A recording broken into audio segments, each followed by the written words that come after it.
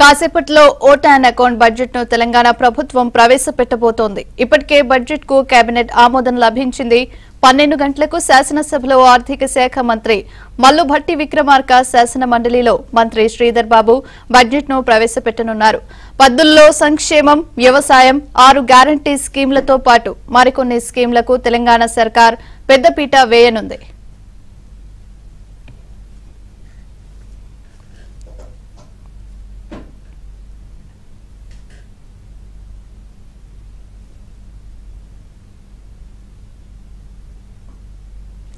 రెండు 2024-25 ఆర్థిక సంవత్సరానికి సంబంధించిన ఓటాన్ అకౌంట్ బడ్జెట్ దాదాపు 3 లక్షల కోట్ల వరకు ఉంటుందని ఆర్థిక శాఖ నిపుణులు అంచనా వేస్తున్నారు. సంక్షేమం, వ్యవసాయ అనుబంధ రంగాలకు పెద్దపీట వేయనుంది ప్రభుత్వం. 6 గ్యారంటీల అమలు కోసం 60,000 కోట్లు అవసరం కానున్నాయి. ఉద్యోగుల జీత భత్యాల కోసం మరో 62,000 కోట్లు అవసరం కానుంది. ఇక వ్యవసాయ అనుబంధ రంగాలకు 48,000 కోట్ల వరకు ఖర్చవుతుందని ఆర్థిక శాఖ అంచనా వేసింది. రేవంత్ రెడ్డి అనౌన్స్ చేసిన మరికొన్ని సంక్షేమ పథకాలకు అదనంగా మరో 20,000 కోట్లు పెరగనుంది.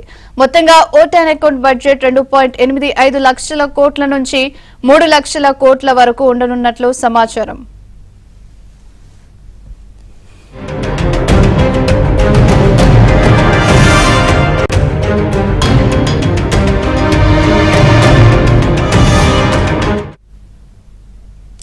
ఈసారి తెలంగాణ ప్రభుత్వం ప్రవేశపెట్టనున్న బడ్జెట్ లో రాష్ట్రంలోని ప్రతి నియోజకవర్గానికి శుభవార్త చెప్పాలని సీఎం రేవంత్ రెడ్డి భావిస్తున్నారు. ఈ బడ్జెట్ లో తెలంగాణ సమగ్ర అభివృద్ధికి పెద్దపీట వేస్తుందని, అది రాష్ట్ర వ్యాప్తంగా ప్రజలందరికీ ఆమోదయోగ్యంగా ఉంటుందని భావిస్తున్నారు. కేటాయింపులను ప్రత్యేకంగా చూపించాలని అధికారులను రేవంత్ ఆదేశించారు. అసెంబ్లీ సెగ్మెంట్ల వారీగా విద్యారంగ అభివృద్ధికి 2 కోట్ల రూపాయలు, తాగునీటి సౌకర్య కల్పనకు 1 కోటి రూపాయల నిధులను కేటాయించనున్నట్లు సమాచారం.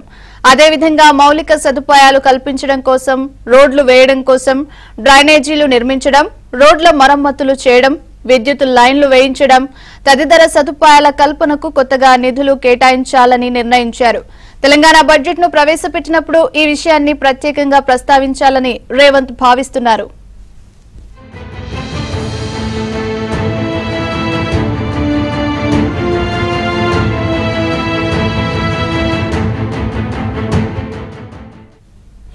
తెలంగాణలో కాంగ్రెస్ పార్టీ అధికారంలోకి వచ్చిన తర్వాత తొలి బడ్జెట్ ను ప్రవేశపెడుతోంది రేవంత్ సర్కార్.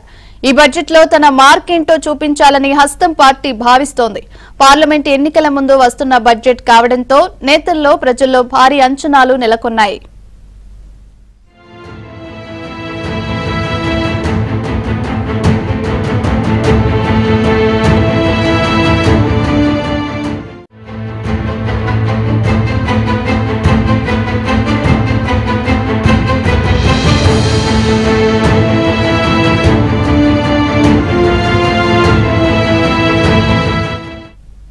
ఇక ఈ అసెంబ్లీ సమావేశాల్లోనే ఇరిగేషన్ పై శ్వేతపత్రం ఇవ్వనున్నట్లు తెలుస్తోంది.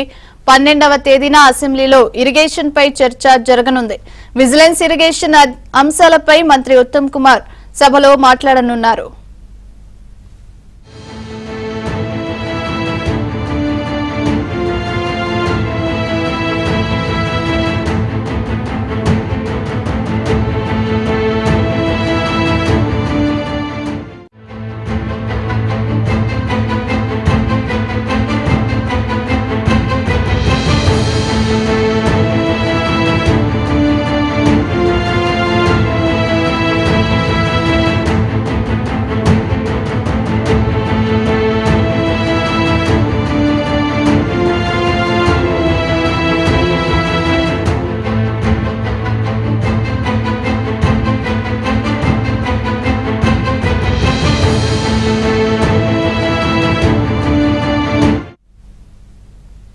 కాసేపట్లో ఓటాన్ అకౌంట్ బడ్జెట్ ను తెలంగాణ ప్రభుత్వం ప్రవేశపెట్టబోతోంది. ఇప్పటికే బడ్జెట్ కు కేబినెట్ ఆమోదం లభించింది.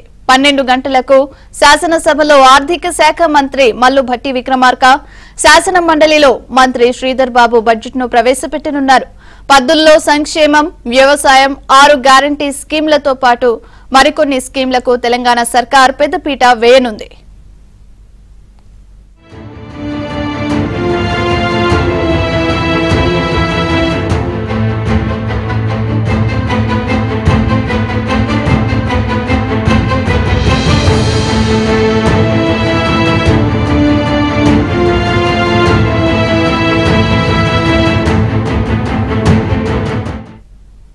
2024-25 ఆర్థిక సంవత్సరానికి సంబంధించిన ఓటాన్ అకౌంట్ బడ్జెట్ దాదాపు 3 లక్షల కోట్ల వరకు ఉంటుందని ఆర్థిక శాఖ నిపుణులు అంచనా వేస్తున్నారు.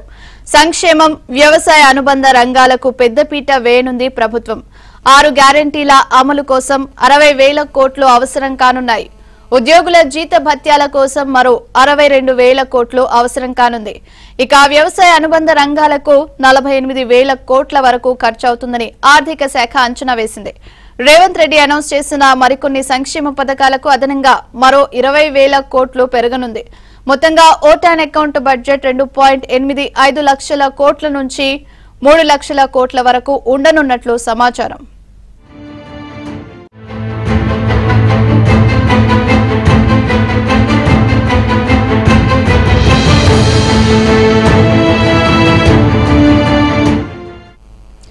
ఈసారి తెలంగాణ ప్రభుత్వం ప్రవేశపెట్టనున్న బడ్జెట్లో రాష్ట్రంలోని ప్రతి నియోజకవర్గానికి శుభవార్త చెప్పాలని సీఎం రేవంత్ రెడ్డి భావిస్తున్నారు.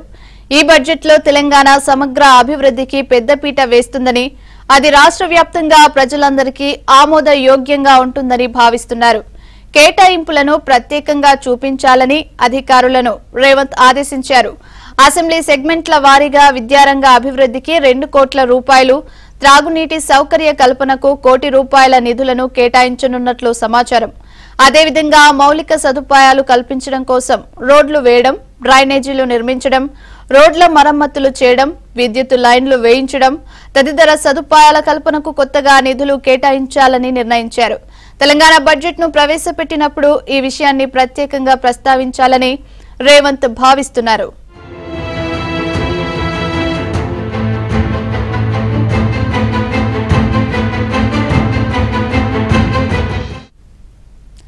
తెలంగాణలో కాంగ్రెస్ పార్టీ అధికారంలోకి వచ్చిన తర్వాత తొలి బడ్జెట్ ను ప్రవేశపెడుతోంది రేవంత్ సర్కార్. ఈ బడ్జెట్ లో తన మార్కేంటో చూపించాలని హస్తం పార్టీ భావిస్తోంది. పార్లమెంట్ ఎన్నికల ముందు వస్తున్న బడ్జెట్ కావడంతో నేతల్లో, ప్రజల్లో భారీ అంచనాలు నెలకొన్నాయి.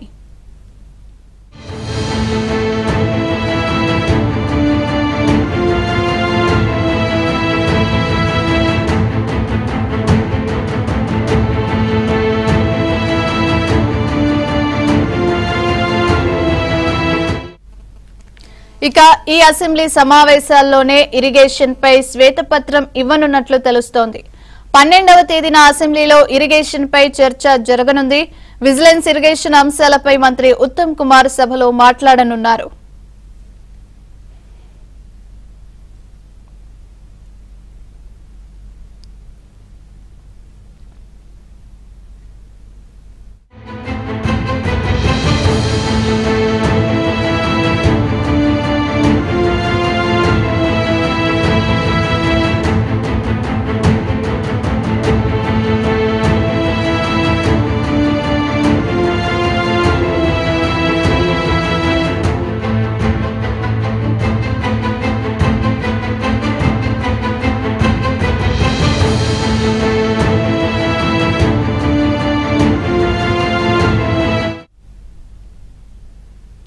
ఇక మరి కాసేపట్లో అసెంబ్లీలో ఓటాన్ అకౌంట్ బడ్జెట్ నైతే ప్రవేశపెట్టనున్నారు ఆర్థిక మంత్రి మల్లు భట్టి విక్రమార్క. సో అసెంబ్లీ దగ్గర మా ప్రతినిధి రాజేష్ ఉన్నారు. రాజేష్ అడిగి మరిన్ని వివరాలు తెలుసుకుందాం. రాజేష్, మరి కాసేపట్లో అయితే బడ్జెట్ ప్రవేశపెట్టనున్నారు. ఇందులో ఏ రంగాలకు ప్రాధాన్యత ఇచ్చే అవకాశం ఉంది? మొత్తం బడ్జెట్ ను ఎంతకు అంచనా వేశారు?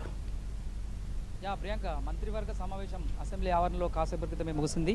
దాదాపు 2,75,000 కోట్ల మేరకు ఓటాన్ అకౌంట్ బడ్జెట్ ప్రవేశపెట్టే దిశగా రాష్ట్ర ప్రభుత్వం ఉన్నట్లు మంత్రివర్గ సమావేశంలో చర్చించినట్టు సమాచారం అందుతుంది. విద్య, వైద్యారోగ్యంతో పాటుగా వ్యవసాయం, సంక్షేమ పథకాలే ప్రధాన ఎజెండాగా మంత్రివర్గ సమావేశంలో చర్చకు వచ్చినట్లు తెలుస్తుంది. పర్టికులర్గా ఓటాన్ అకౌంట్ బడ్జెట్లో భాగంగా 2,75,000 కోట్లు రాష్ట్ర ప్రభుత్వం పెట్టడంతో పాటుగా ముఖ్యమంత్రి పర్సనల్గా ప్రతిపాదించినటువంటి అంటే వివిధ సంక్షేమ రంగాలకు పెద్దపీట వేస్తూ కాంగ్రెస్ ప్రభుత్వం గతంలో ఇచ్చినటువంటి హామీలు ఏవైతే ఉంటాయో ఆ హామీలకు అనుగుణంగా మరో 20,000 కోట్లు అదనంగా పెట్టే యోచనలో రాష్ట్ర ప్రభుత్వం ఉన్నట్లుంది. అంటే ఓవరాల్గా 2,75,000 కోట్ల నుంచి 3 లక్షల కోట్ల వరకు కాంగ్రెస్ ప్రభుత్వం అధికారంలోకి వచ్చిన తర్వాత మొట్టమొదటిసారి ప్రవేశపెట్టబోతున్నటువంటి ఓటాన్ అకౌంట్ బడ్జెట్కి మంత్రివర్గం ఆమోదం తెలిపింది. వీటితో పాటుగా రాష్ట్రంలో డ్రగ్స్ పైన కూడా భారీ స్థాయిలో ఒక ఎంక్వైరీ జరగాలి. గత 10 ఏళ్లలో జరిగినటువంటి డ్రగ్స్ పైన గత 10 ఏళ్లలో జరిగినటువంటి ఇష్యూస్, ఇబ్బందులు ఇక మీదట జరగకుండా ఉండేందుకు అనుసరించాల్సిన వ్యూహం పైన మంత్రివర్గ సమావేశంలో ప్రధాన ఎజెండాగా చర్చకు వచ్చినట్టు తెలుస్తుంది.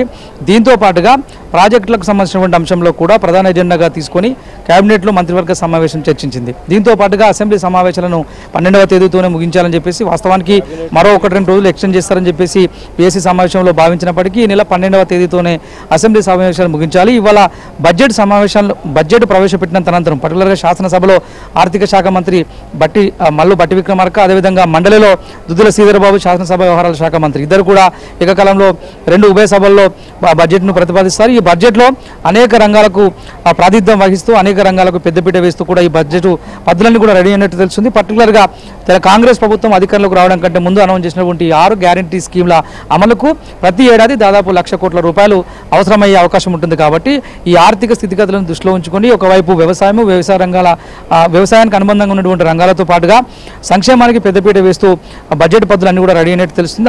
ఓవరాల్గా 60,000 కోట్ల నుంచి 1,00,000 కోట్ల వరకు సంక్షేమ పథకాలకు కేటాయించినట్టు తెలుస్తుంది. మరో 45,000 కోట్లు రైతాంగానికి కేటాయించినట్లు కూడా తెలుస్తుంది. మరొక 60,000 నుంచి 70,000 కోట్లు విద్యా వైద్య ఆరోగ్య రంగాలకు కేటాయించినట్లు కూడా తెలుస్తుంది. సో ఓవరాల్గా 2,75,000 కోట్ల నుంచి 3 లక్షల వరకు కూడా ఈ యొక్క బడ్జెట్ ప్రతిపాదనలు సిద్ధపరిచినట్లు కూడా తెలుస్తుంది.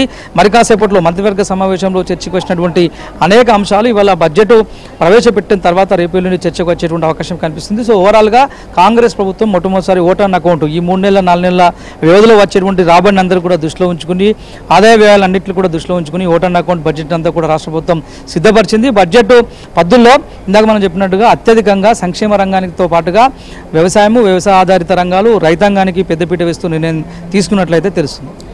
రాజేష్, మరోవైపు కేసీఆర్ ఈ సమావేశాలకైనా హాజరవుతారా లేదా అన్న ప్రశ్ననైతే లేవనెత్తుతోంది. సో ఇంతవరకు అసెంబ్లీకి అయితే కేసీఆర్ రాలేదు. సో బడ్జెట్ ప్రవేశపెడుతున్న తరుణంలో వచ్చే అవకాశం ఏమైనా ఉందా?